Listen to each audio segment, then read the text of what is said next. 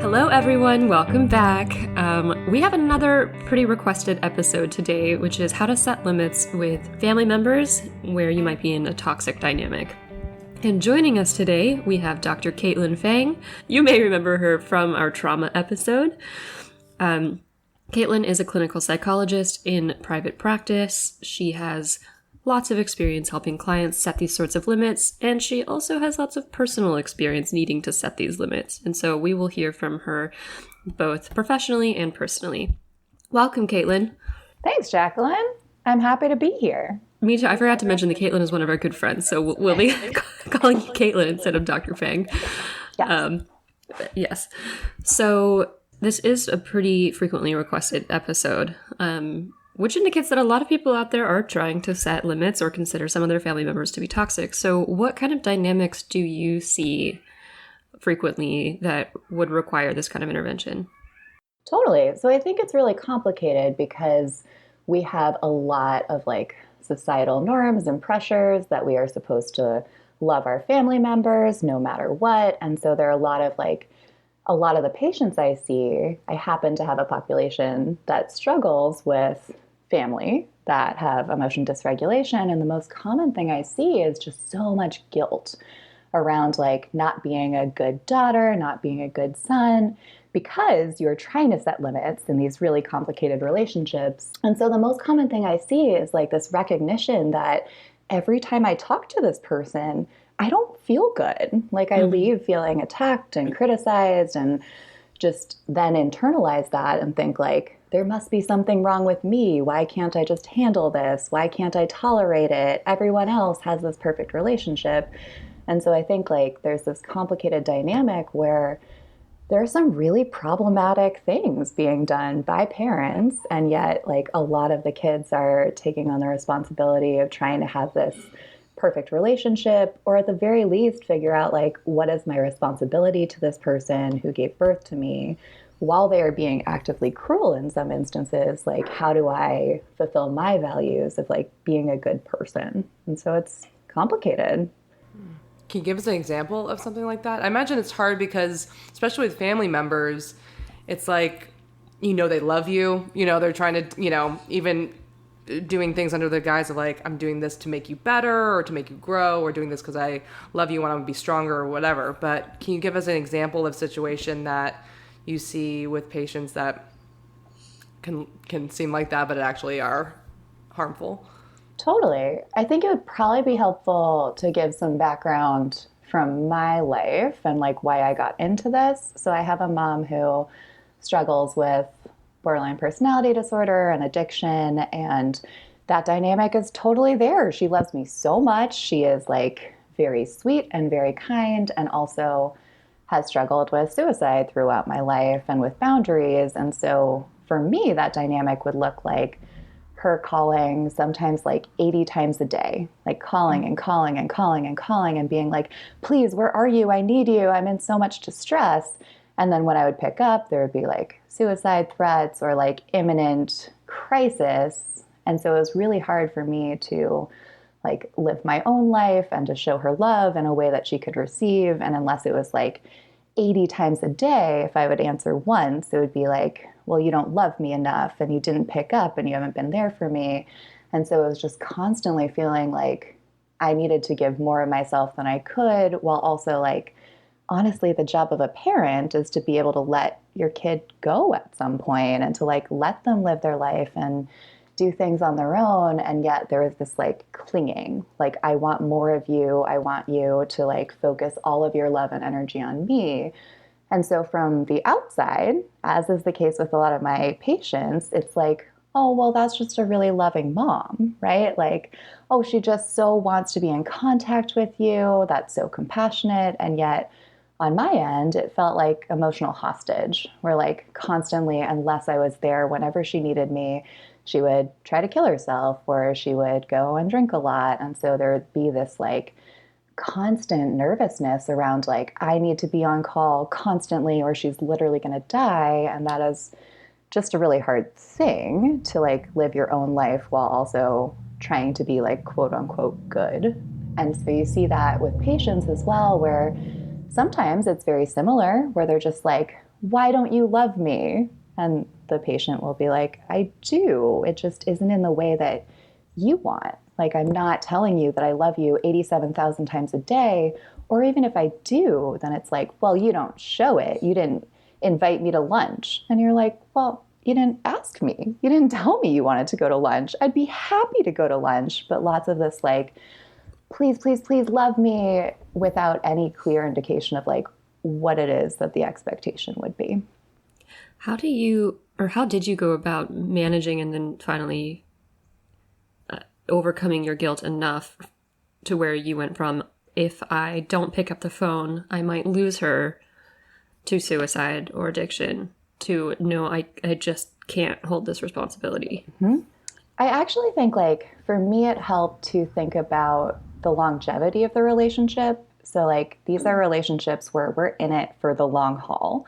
And like any relationship, if you start to get like resentful and burnt out and you're trying to like give and give and give and you're not getting that replenished, eventually you're just going to be like, screw it, I'm out. You know, like we can't sustain that over a decade, over 50 years. We just can't. And so for me, I had to think about like, what can I give in a way that like I will still want to talk to her in like a year or in 5 years, and like how can I convey that in a consistent way where she still gets me, and like when I answer the phone, I'm not just like sitting there being like, ugh, when is this going to end?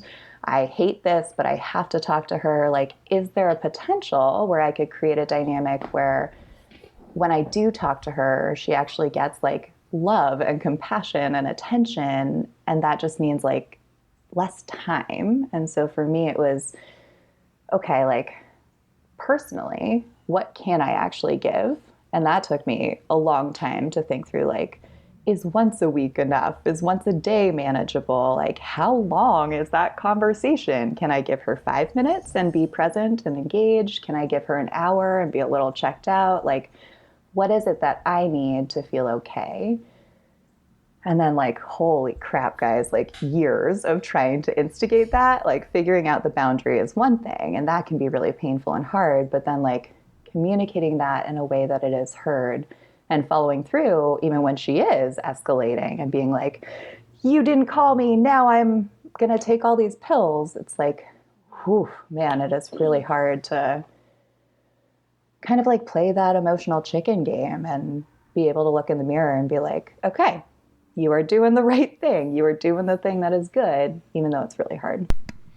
Yeah, and even just, you know, being by your side, being your friend watching this, it does speak to how much this is like a lifelong learning process, right? Like you think at some point we're like, okay, I could figure out how to do this with my mom or dad or whatever and be done with it, or even cut them off or something that seems like here's the moment. But it just seems to be like a constant practice of working through that guilt, setting those limits again, having to reiterate, maybe changing those limits based on different situations. But I think this is really interesting because I think when we first started talking about this right now, I was picturing like an outright abusive relationship with your parents, like parents that are, you know, verbally or emotionally abusive. But actually kind of what we're talking about here too is something that I'm seeing more and more is like too much love, like too much closeness, right? Like, especially in the pandemic where people are kind of stuck together, or with the technology now where parents can be really connected to you at any time, right? Like even tracking on the phone or FaceTime or text messages. It's like, how do we set limits with parents who, it's just like loves too much, right? Yeah. Like they're just too involved, and we feel so guilty for saying, you know, stop talking to me now. Like, I can't constantly text with you, even though you love me so much. So it's interesting. Yeah, and I think like I see that in romantic relationships as well, where like in some ways it is more clear if there is like direct abuse, right? If somebody is hitting you and beating you, it's easier to be like, okay, this is really clearly not okay. I can draw limits. When it is more like the affection-based or guilt-based, it's a little insidious. It's like playing off of this, like, oh, well, there's nothing egregiously terrible. So, like, what's wrong with me that this feels so bad? And that's actually usually the dynamic that I'm seeing with my patients is parents who would like more closeness and connection, but the ways in which they are looking for it are very like attacking and blaming and shaming.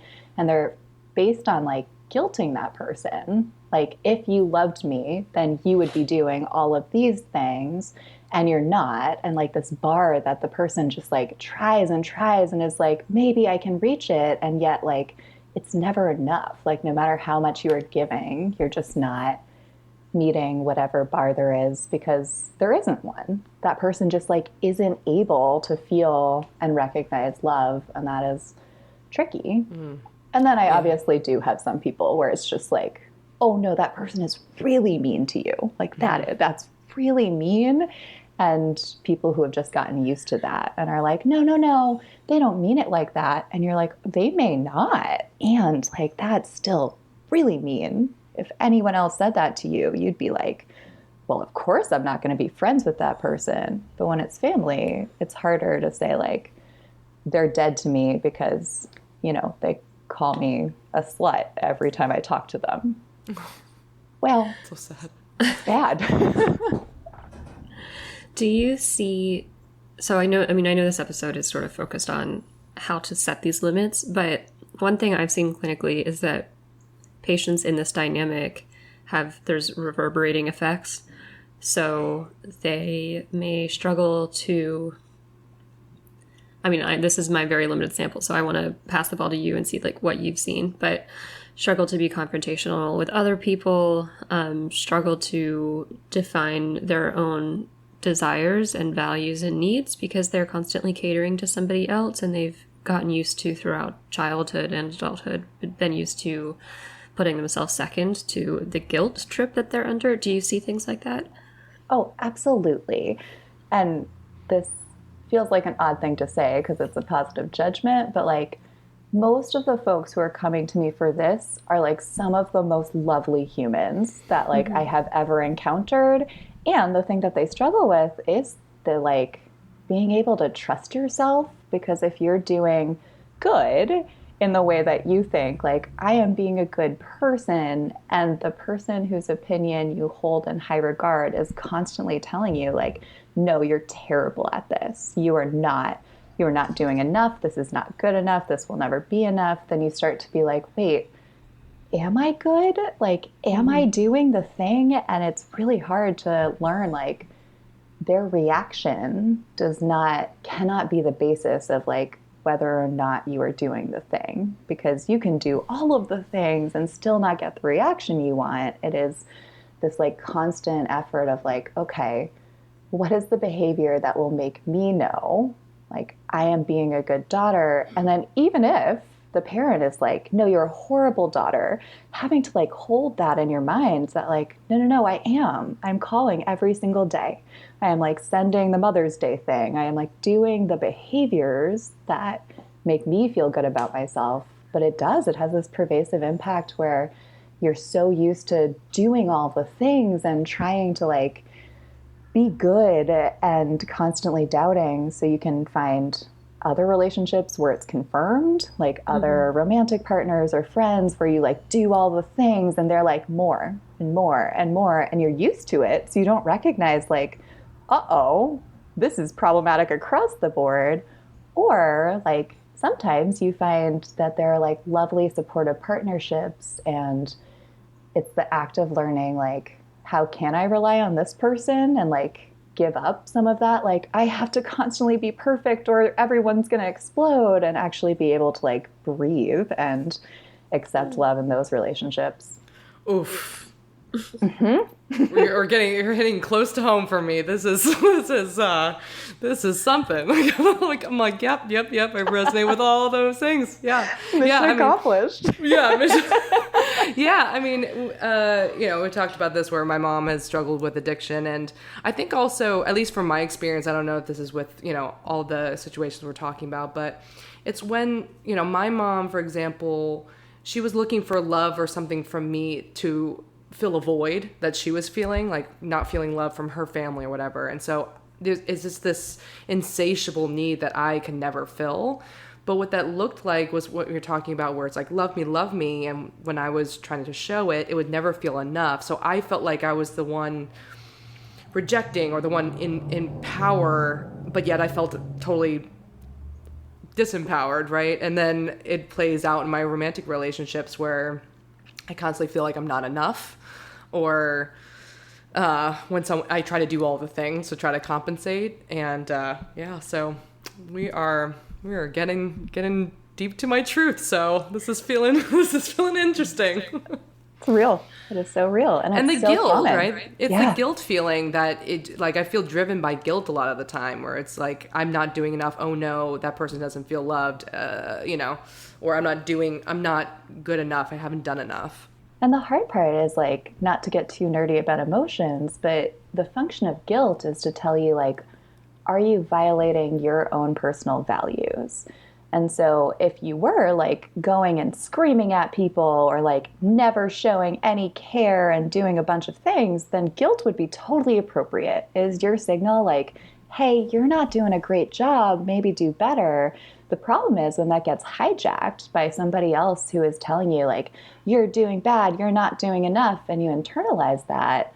It's kind of like folks with an anxiety disorder. It's like a guilt disorder, where it's just constantly this alarm bell going off and telling you, like, you're doing bad, you're a bad person, you're not doing enough, when really, like, that's just not accurate. And so to be able to think, like, okay, what am I actually doing? Would I do anything different? Like, is there something that I want to be doing to, like, actually show care in a different way? And often the answer is no. But, like, how do you let that go? And how do you recognize, like, yes, the feeling is real and the guilt is real, and, like, the desire to show love, that's real, but actually I'm not doing anything wrong. And that's a really hard thing to reconcile. Yeah, do you have any advice for how to get there? Yeah. So, like, my first thing would be noticing guilt and then, like, gently wondering if you can turn it towards compassion. Because often, like, I feel genuine sadness for either my mom or, like, my patient's parents. Like, that is such a painful spot to be, to not be able to feel loved, to constantly feel like you so desperately want connection and not feeling like you're getting it. You can be really, really sad and, like, really understand that they're not trying to be cruel and that they're not, like, these evil people. And that doesn't mean, like, you have to do something about it. If we can feel, like, compassion and we can, like, genuinely understand their pain and be kind, like, that is actually probably really helpful, both for you to not freak out and feel resentful all the time, but it isn't this guilt signal where, like, I need to do better, I'm a bad person. It's more like, I am an okay human being and this person is still suffering. So, like, being able to hold both at once, and also to be able to learn self-trust, to be able to, like, notice that other people's reactions to you do not necessarily reflect, like, reality, and being able to check in with your own reality and think through, like, what is it that I'm doing? And, like, what are my values? Like, who is the daughter that I want to be? Do I want to talk to my parent every single day? Because in my mind, that's, like, what a good daughter does, and that's what I want to do, versus, like, what this other person wants, because you will never reach it. Like, you will not succeed if that's the bar. So it's more like, what feels right for me? What feels good? And sometimes that's a sacrifice. There are times, like, I don't want to talk to my mom, but I do it because I'm like, okay, this is really meaningful for her and not a high cost to me. There are other times when I'm like, when I was in the middle of writing my dissertation and doing a bunch of stuff, and I could not, or I chose not to talk to her every day, and being able to be like, that's okay. Sometimes we can't prioritize ourselves.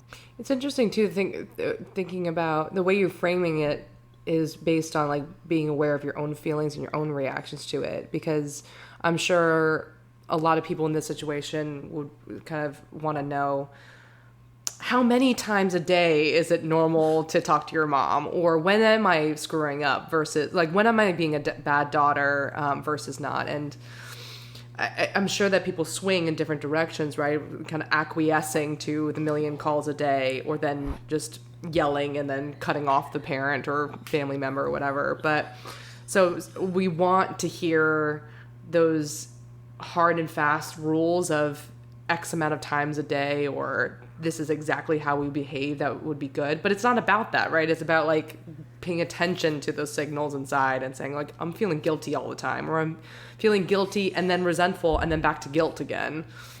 And that's exactly it, right? Like, if we base it on some external standard versus our own values, like, that's just not a great metric. There is no answer, and it'll vary even within the same person. There are some times when, like, talking once a week is totally reasonable and that is manageable. There are some times where I'm like, I need to go a few months with no contact because, like, you really violated my boundaries. You were not respectful of the things that I needed, and, like, I need to heal and I need some time away from this. And being able to just, like, recognize it's okay to have needs and it's okay to express needs. The other person probably won't like it, but, like, that doesn't mean I never get to have limits and to, like, put those in place. It's hard though. It is hard to do. I would say in general, one rule is that, like, if you put a limit in place, you have to uphold it. And so, like, if I say, if you call me more than 3 times a day, I'm not going to pick up the phone tomorrow.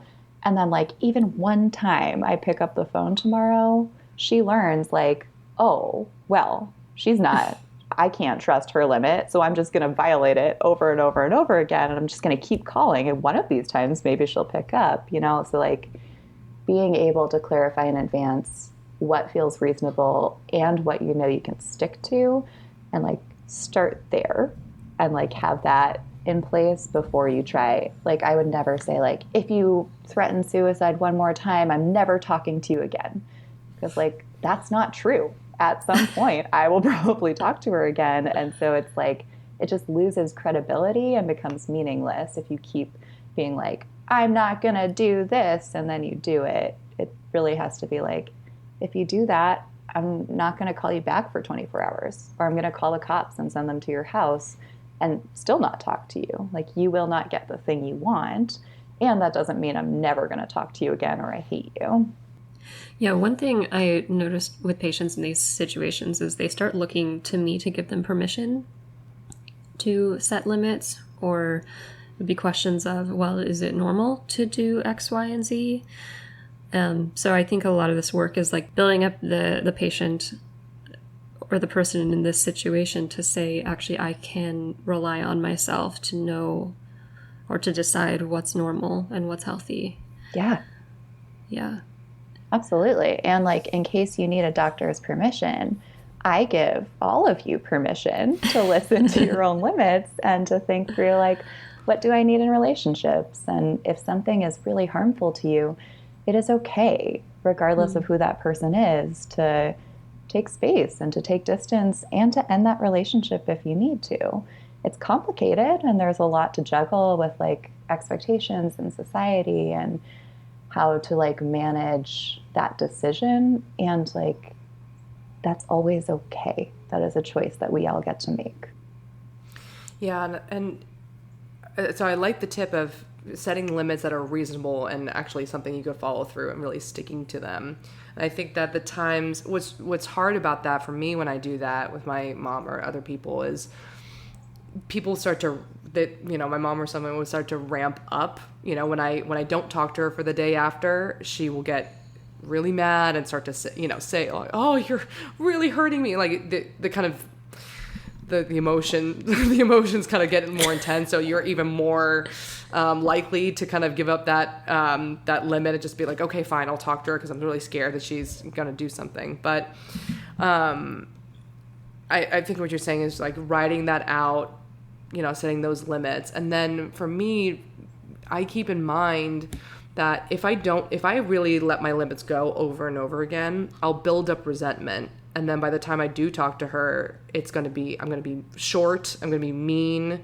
I'm not going to give her what she wants. So it's actually more compassionate for her if I'm really tired, really tapped out, to give myself that rest and space and then revisit when I'm feeling a little bit better. Mm-hmm. Absolutely. And like, yes, that is called an extinction burst. It is basically like, this feels a little patronizing, as do any animal training examples, but like my dog will like paw me and then I'll pet him. And like over time, it's just like whenever I'm not petting him, he's going to paw me. And so I'm like, all right, this is annoying. I am going to stop that. And so he'll paw me and I'll be like, no, I'm not going to pet you. And he'll be like, what? But when I paw you, you pet me, right? Like when I call you, you pick up. When I say, I'm about to kill myself, you answer the phone. And so at first, what dog does is like, he'll paw me like 87,000 times being like, hey, maybe you didn't hear me. I'd like pets. Like I am going to keep pawing you because I want the pets. And that's not like him being manipulative. It's just like, normally when I do this, I get a different response. Why isn't it working? I'm going to keep trying it until you give me the response I want.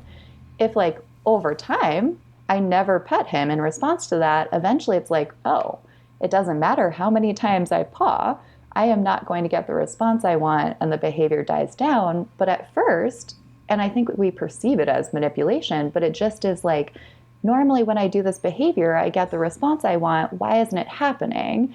And so there is this escalation. So my mom would be like, I'm going to do it now, and like do all of these really scary things. The thing to know in those moments is it's not like, oh, just like let the person die.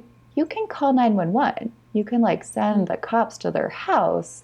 Like you don't have to like completely be like, oh, well, in order to set my limits, I have to accept that they're going to kill themselves. Like send them to the hospital, take the threat seriously, and like then they will be in a place. They won't like it. What they want is your attention, not to go to the hospital. But like you can tolerate, that's how I have tolerated that like burst of like, I'm getting worse and everything's a disaster. It's like, okay, I'm not going to respond to that. But like I can send a wellness check every hour as long as you are telling me I'm about to kill myself until we get through that night. And like, man, that first week is going to suck, team. It's going to be painful. So basically, to see if I understand, it's if when we set the limit, the person might amp up their pleas or whatever, or the behaviors, which is the extinction burst, right? It's like as you're trying to get rid of the behavior, it's going to go up more actually, but to not give in and let go of your limits, but maybe address it in a different way that's also effective and addresses the issue without having to get rid of the limit that you actually set. Correct. Because the problem is if like they escalate and then at some point you do respond. So if like we start out and it's like, I'd love for you to call me, but it's past your limit and you don't do it. And then it's like, call me right now. I'm going to call the cops on you. And then you respond. Then like actually you're teaching that person to escalate. You're teaching them if they scream and shout and have a tantrum, then you're going to give them what they want. And like, we do not want to do that. And so for me, it would often be like, call the cops because the behavior was so scary. It could also be like, hey, I'm going to call your friend and like, you can talk to her, or like something else other than like call 911, but having something in place where you are still not responding.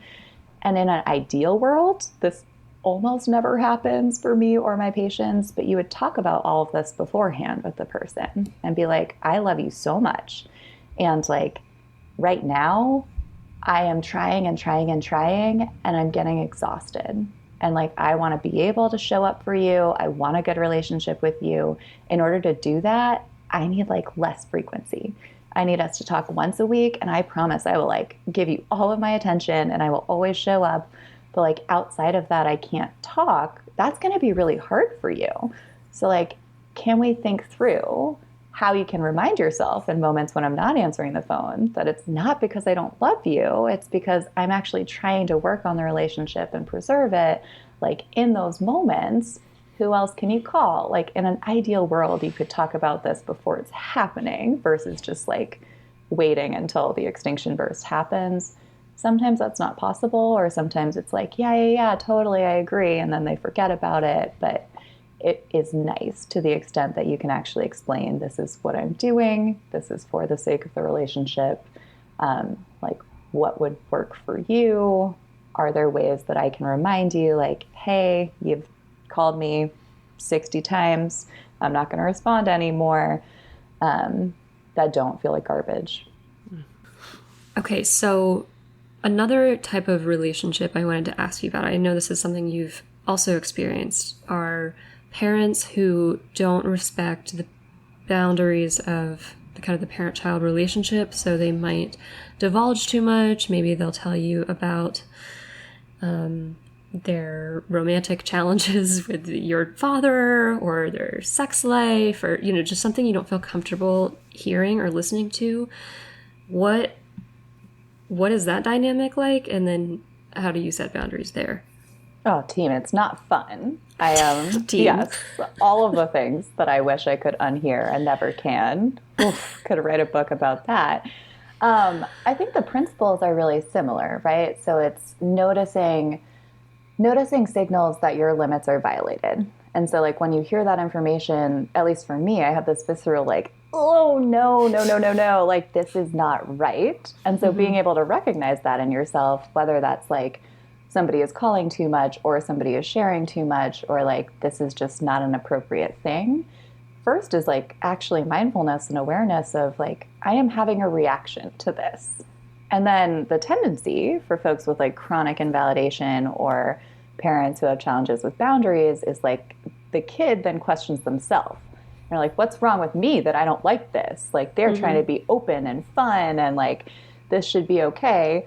But that's actually a signal, like what we were feeling, that like, ugh, something is not right. That is like a valid emotional signal that's trying to tell you like, hey, you have a limit and somebody is crossing it. And so being able to say like, okay, what was the specific thing that just happened that elicited that reaction to me? Which is really hard to do in the moment. So I would probably like take some space and time to reflect and be like, okay, sharing details about your sex life. That is a thing that I am not okay with. And then being able to like go back to your dear man and to think through like, how do I assert that limit, not in the moment, but in a separate, like quiet, calm moment, and just say like, hey, I really appreciate that you feel close enough to share those things with me. And actually like, I feel bad when you share those things. Like that feels uncomfortable to me. That doesn't feel appropriate. I'd really appreciate if you didn't do that. And like, I would be really grateful. That would be so great. So like returning to those things that you guys have talked about around limit setting and using some of those skills. In general, I think like principles of reinforcement are also relevant to all of these conversations where if there is like consistent behavior that is happening in a relationship that is undesired, but it keeps happening, I would get curious around like, is something in the way you respond actually pleasing? Like when my mom shares stuff about her sex life, do I like laugh and ask questions even though I'm wildly uncomfortable? Like is there something that's like making her think like, ooh, this is interesting, this is fun, we're connecting? And if so, being able to like mindfully change the way that I respond. So instead of being like, ha ha ha, tell me more about that thing I definitely don't want to know about, just like going silent, like actually withdrawing some of the warmth and affection that is like the thing that they really crave. And then when she talks about something more appropriate, maybe I like lay on and ask a lot more questions. But in that moment, instead of doing the people pleasing, like, oh, that's so funny, being just like, huh, okay, what should we do next? And like being more matter of fact. Eventually over time, people tend to like want to steer towards the topics and things that get that like warmth and affection that they're so desperately seeking. So you can actually use that to your advantage by just like being aware of the way you respond to the things that are unpleasant. And that's kind of a silly example. There are some times when like, if somebody is like, you're a horrible human being and you're a piece of trash, I probably wouldn't just be like, yeah, like, how was your Saturday? I would probably be like, oh, wow, that really hurt. You can't say that. But in like the sillier examples, I would just try to be mindful of like, am I doing something that makes it more likely that she is going to say this again in the future? I mean, yeah. I mean, you bring up also another kind of dynamic too that could come up, which is, and we were talking about like the really the overly nice parents, the ones who are disclosing too much or calling too much or want more love. But there are those other kind of parents who say mean things, right? They say really devaluing things or really critical things that, that makes you feel really small or makes you feel like you're not enough. And it's hard to kind of parse apart if they're right or not, right? Because we can grow up with, if you have those kind of parents, you grow up with kind of a lower self-esteem or questioning yourself a lot. But what kind of, is it a different kind of limit setting with those kind of parents who say you're garbage, say you're, not good enough? Yeah, I think like in those cases, those are the times when I would really think through like, what are the benefits of maintaining that relationship and giving yourself permission to even just like think about that. Because I think the thing that I tend to hear is like, if the person who is supposed to love me more than anything thinks I'm garbage, then obviously I must be, and nobody else could possibly think anything different. When in fact, like those are people who tend to have really rich friendships and romantic relationships where like there is a lot of love. It just is this one person who is saying really cruel things, who like societally we are assuming is supposed to love you more than anyone else. There are times when like a lot of people have children who like probably didn't want children or probably like should not have had children, and to base your self-worth on the opinion of one person who is being really cruel to you, like obviously that's going to be problematic. It can be helpful to look at their other relationships and just notice like it is pretty rare that you are the only person that person is mean and critical to. Like often those people don't have a lot of rich friendships, or if they do, they have trouble maintaining them and they're constantly fighting with people and it's never their fault. And it's like, okay, let's look at the big picture. Like maybe that person struggles with emotions and it's not, in fact, just like I'm a garbage human being. But I think if you're in a dynamic where someone is actively cruel to you frequently, that's one of the times where I'd be like, okay, why are we in this? And it's possible there are reasons where it's like, no, it doesn't matter how mean they are. I believe that like with family, you stick around and you are like still in it, and like, okay, that is a personal value. And if you actually like believe that, and it's not just like absorbed from what we should be doing, then you find a way to make it as like low harm to you as possible. And that might be you meet in public and you don't talk in the phone. It might be that you call during a set time and you have like a lot of distress tolerance afterward, and someone who really loves you to help you calm down and remember that you're not garbage. Like there are ways of reducing harm, but it is okay to think through like, do I even want any relationship with that person if every time I talk to them, they are mean to me? Like any other relationship, any friendship, any romantic relationship, if you had that dynamic, the general advice would be like, leave, like stop doing that.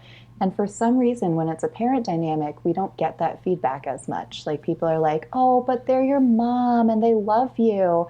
And like, maybe that doesn't mean that they are a life-enhancing relationship in that context. Yeah. It's interesting too, thinking about all the cultural pieces, that are relevant here. Like, as we were talking about this, I was thinking about how you and I are both from Asian parents, and that's kind of the norm of them saying, oh, you got an A-, that's not good enough, or you need to do better. And for them, that's a cultural value of like, this is how I love my kids, is to tell them that they're not good enough, so they work harder to have a successful life. And then especially for us who grow up in a different culture like America, where the values are different, it's like, wait a minute, that's just how they are, and that's how they love me. At the same time, it makes me feel terrible, and I don't want to feel that way. So I mean, at least I know I had a hard time setting limits when you're not sure if it's right or wrong or toxic or healthy or whatever. Totally. And I'm so glad you brought up culture, because I think like Western culture is like, okay, the individual and like our happiness and our well-being, like how do we get towards that? And a lot of treatments for mental health are like, what do I want? And what is a fulfilling life for me? And what kind of friend do I want to be? That's really different in a lot of Eastern cultures where like it is more like, what do we want and what do we need? And so this can look really different if you are like in a culture or society where like the we tends to be more important than the I. It is still okay to think through these things and to think through like what is a should and what is a want, and like how can I shift this dynamic to be more healthy. I think that it just is like pretty complicated when you add in like an extra layer of pressure where like you must stay together and you are going to be in this community forever. It makes it so hard to figure out like, am I being selfish in those types of dynamics? And I think like even if something is normal and expected, we still can ask for change. Even if the dynamic is like my parent shows love by saying an A- isn't good enough, we can still say like, hey, I get it. I want the A as well. And if like when I get an A, you say like, I'm really proud of you, you did a good job, I will actually feel more motivated to get that than if you ignore all the times I get an A and the one time I got an A-, you're like, what happened? You know, like we can still coach people and teach them new things. They might not be willing, but we can at least ask for the things that we want and need to feel more healthy within our relationships, and sometimes insist on them. No, I mean, it's interesting because I feel like there are so many different types of families and relationships and dynamics we can talk about, but it also seems like the principles are pretty similar across. And I really appreciate you coming on and giving just really solid advice to those of our listeners who are struggling with this. So, yeah, thanks for having me. Anytime. Thanks for coming on again. Our last segment is just asking for resources. So, Caitlin, do you have any resources you would recommend? Absolutely. Okay, so I would recommend the book High Conflict Couple to anyone. It is not just for romantic relationships. It is for families. It is for friendships. It is just like such useful information for all humans to have.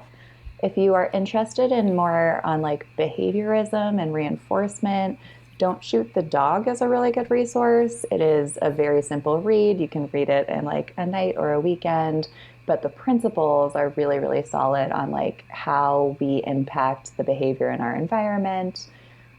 If you have a loved one who struggles with borderline personality disorder, loving someone with borderline personality disorder is a great resource. There are a lot of books that are less based in science, but that is a really great one to read and just can be very validating for folks. My coworker, Dr. Melissa Miller, and I also are doing a series of workshops for loved ones and family members who want psychoeducation. They are free. They happen monthly. If you would like more information, you can go to cbtdurham.com. Thanks, Caitlin. Those are all great, and we'll put all of those on the website. All right, guys. Well, this has been awesome. And Caitlin, thank you again. And all of our listeners, we love you, especially when you give us 5-star reviews on iTunes. And we'll see you next week. By accessing this podcast, I acknowledge that the hosts of this podcast make no warranty, guarantee, or representation as to the accuracy or sufficiency of the information featured in this podcast. The information, opinions, and recommendations presented in this podcast are for general information only, and any reliance on the information provided in this podcast is done at your own risk. This podcast and any and all content or services available on or through this podcast are provided for general, non-commercial informational purposes only and do not constitute the practice of medical or any other professional judgment, advice, diagnosis, or treatment, and should not be considered or used as a substitute for the independent professional judgment, advice, diagnosis, or treatment of a duly licensed and qualified healthcare provider. In case of a medical emergency, you should immediately call 911. The hosts do not endorse, approve, recommend, or certify any information, product, process, service, or organization presented or mentioned in this podcast, and information from this podcast should not be referenced in any way to imply such approval or endorsement.